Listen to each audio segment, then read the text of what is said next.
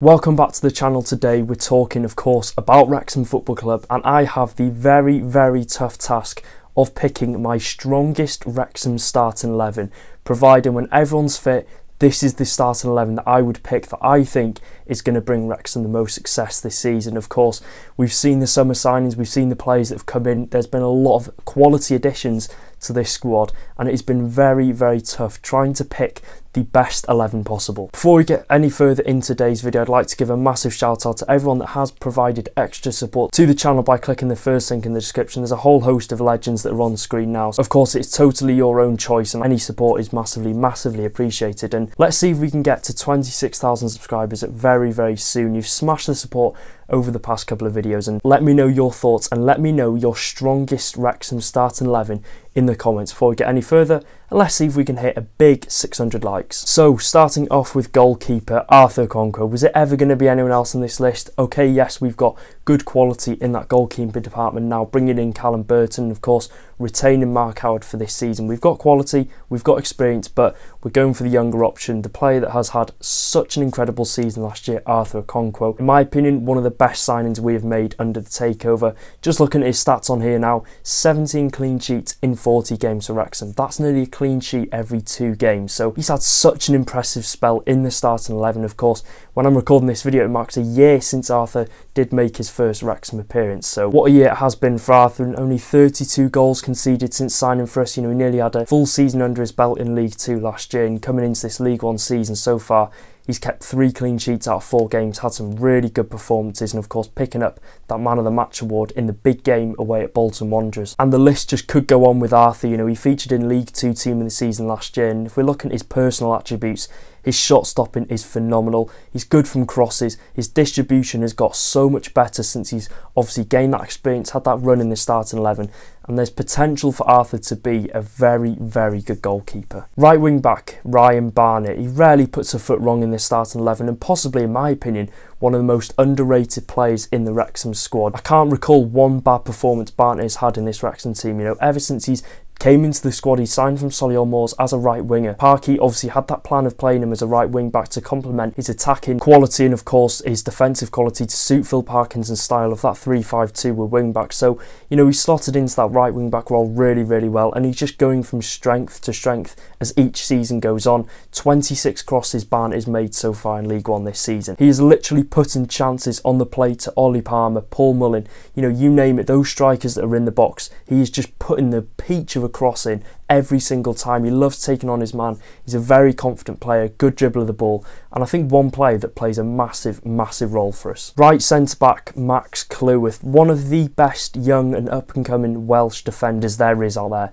I would love to see anyone else try and name a better young Welsh defender that is coming through the ranks at the minute than Max Cleworth. The past 2 seasons he's had, he has been phenomenal, and you know, we've known the potential from Max Cleworth. You know, I remember watching him in the Caramel Wafer Cup in 2019, 2018, etc. So we've seen Max Cleworth, you know, playing since he was young, playing since he was 17, 18 years old, and even then he showed his quality and slotted into that team, into the men's game really well from such a young age. And of course, he's now in the Wrexham starting 11. He's our starting defender in League 1. We always knew that the potential was there for Max Cleworth to be a big defender for us and a good talent for the future, and you know, he can go right to the top if he possibly can. There's lots of people, you know, in and amongst Wrexham, even people that don't have association with Wrexham, are saying that Max Cleworth could go right to the very top, and you can see it, the potential's there. Ever since he got that call up to the starting 11 away at Solihull Moors in 2021, he has taken his chance really well and has just become a really good no-nonsense defender, and one that's probably the first name on the team sheet. Centre-back Owen O'Connell now, he is our rock at the back. He's been our rock at the back for the past 6 to 7 months, and I think he's had a really good start to this League 1 season.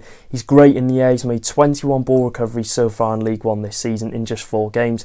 I don't know if that's a good or bad thing, bad if we're losing the ball, but you know, the fact that Owen O'Connell is there slotting in behind the midfield, providing that extra support and just that brick wall at centre-back is just really good, and we've got a really quality player on our hands, and I've got a feeling O'Connell will really come into his own this season and become one of the best centre-backs in League 1. I'm not going to get too confident yet, but from what we've seen from O'Connell so far, playing against some big strikers, you know, probably some of the best strikers in the league, he just makes everything look so effortless, good pass of the ball, good in the air. He's good physically as well. He does really well against strong strikers, and he's going to play a key part in our defensive display this season. And to keep clean sheets against the likes of Reading, Bolton and Peterborough in the opening 4 games of the season just really shows how much of a key defender O'Connell is going to be for us. Left centre back Tom O'Connor. Now, I'm going to sit here and be 100% honest, like I am on this channel.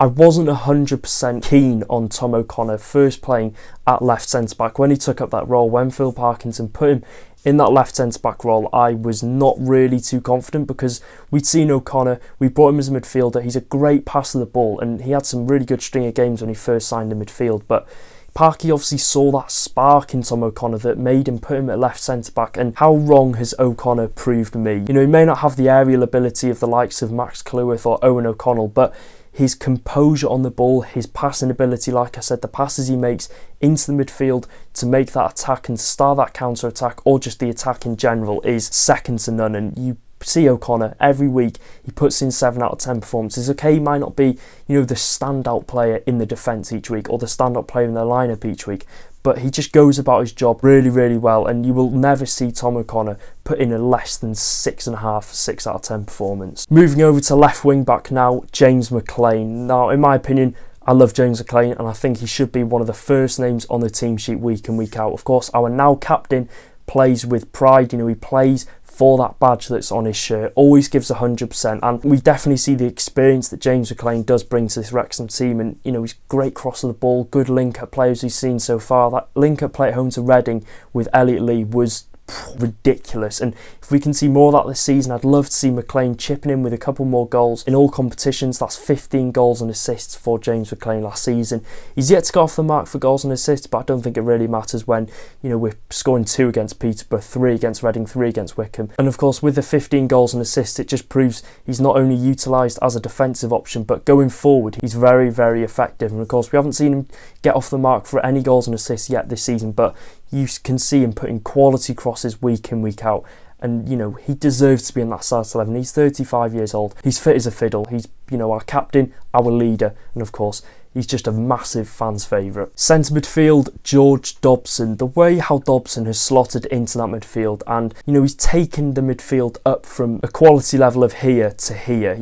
He's had such an impact on that midfield. He's taken up a level, like I've said, and it's just very impressive to watch George Dobson, how easily, of course, he's slotted into the environment of Wrexham. He's been thrown straight into the starting 11, played all 4 games so far, and he's just had 4 fantastic games. And we all knew that George Dobson was coming to Wrexham, going to be League One quality. Of course, we've seen his history with Charlton Athletic. He was set to play in Europe this season for a team over in Hungary, so we knew we were going to get someone of a League One quality. But I think the impact he has had on our midfield is something I wasn't quite expecting. I was expecting him to be a big player for us, but I don't think I was quite ready for how good he actually was. And we see George Evans, we've seen Andy Cannon, but Dobson is just a bit different, and he just definitely adds that extra quality and just oozes class in that midfield, whether that's his composure on the ball, whether it's his passing, tenacious play in the midfield. He's not scared to get in a 50-50 tackle, and in my opinion, I think he could be our signing of the summer, and that's a bold claim considering we have signed Arthur Okonkwo. Centre midfield again, Andy Cannon. Now, another player that's really impressed me in the past 8 or 9 months or so. I think he had a quiet-ish start up until December period last season for Wrexham, but in that new year, ever since the 2024 year has commended, he has been phenomenal for us. Like I said, he cemented himself as a starter in that starting 11. He's just an all-round pleasing player to watch on the pitch, Andy Cannon. He started chipping in with a couple more goals. He works his socks off in the midfield, and I think we'll definitely see the best of Andy Cannon throughout this season, and it will be definitely an interesting test. Of course, we've come up against some big midfields so far this season, some midfields that have had very high quality in them, and I think Andy Cannon has definitely performed for us. Our last centre midfielder, Elliot Lee. Now, you're probably thinking, why is he not a cam? But as we've seen last season, Elliot Lee was in that centre attacking midfield role. He's playing that very advanced role up the pitch, but more this season we've seen Elliot Lee slot into that flat midfield 3, playing a bit of a deeper role, but of course he still has that free roam role in the midfield and across the whole attacking phase of the pitch, so it's not something that's really notable. But Elliot Lee, I would say, more is now of a centre midfielder, but of course the more attacking option of the 3. But that's probably to combat the increased midfield quality that we've seen from the step up from League 2 to League 1, and just to provide that extra cover and not leave us open to, you know, the two midfielders, George Dobson and Andy Cannon. He's playing a slightly deeper role, but in another sense, he is still pushing on as much as he was last season up the pitch. Lee deserves to be a starter in this 11. You know, we've seen him, he's League One quality, we know his qualities, he's tricky on the ball, great dribbler, he's got that flair in him, he can provide that good skill, create that chance, and I think he just links up really well with the players that he's playing with on the pitch. And I think that's the main thing about Elliot Lee. The chemistry he has with everyone, you know, going forward up the pitch is second to none. And 1 goal, 1 assist so far this season, and some good performances from Elliot Lee. Of course, a promising start to the season and a deserved starter in this starting 11. Striker Ollie Palmer. Now, Palmer obviously finished off last season on really, really good form alongside Paul Mullin. He got the best out of Paul Mullin in the second half of last season, and he's put in some really good performances so far in League One. 1 goal, 1 assist, and whether he'll be our starting striker throughout the season, now with the addition of Mo Fowl, is another question. But if we're looking at the present, and if we're going off the present, which we are, Ollie Palmer deserves to be our starting striker alongside whoever I've got in my second striker. You know, he's had a good start to the season. He's good at holding the ball up, and I think he goes slightly under the radar in terms of, you know, looking at our performances week in, week out. Seeing we've won 3-0, seeing we've won 3-2. You know, we've had a good start to the season, and I think Ollie Palmer has had a really good start himself. And our next striker, of course, Paul Mullin. I don't really have to explain myself. Of course, we've seen Marriott, he's had a good start to the season, but you're looking at Paul Mullin, we're talking about Paul Mullin. Once Paul Mullin has a string of 3 or 4 games in the starting 11, he is going to be backfiring better than ever. Of course, he did have that back operation a couple of months ago now, but he's recovered. He's had the first few games on the bench since coming back from injury. And like I said, when you get Paul Mullin in the team for a string of games, he's going to be a big, big player for us.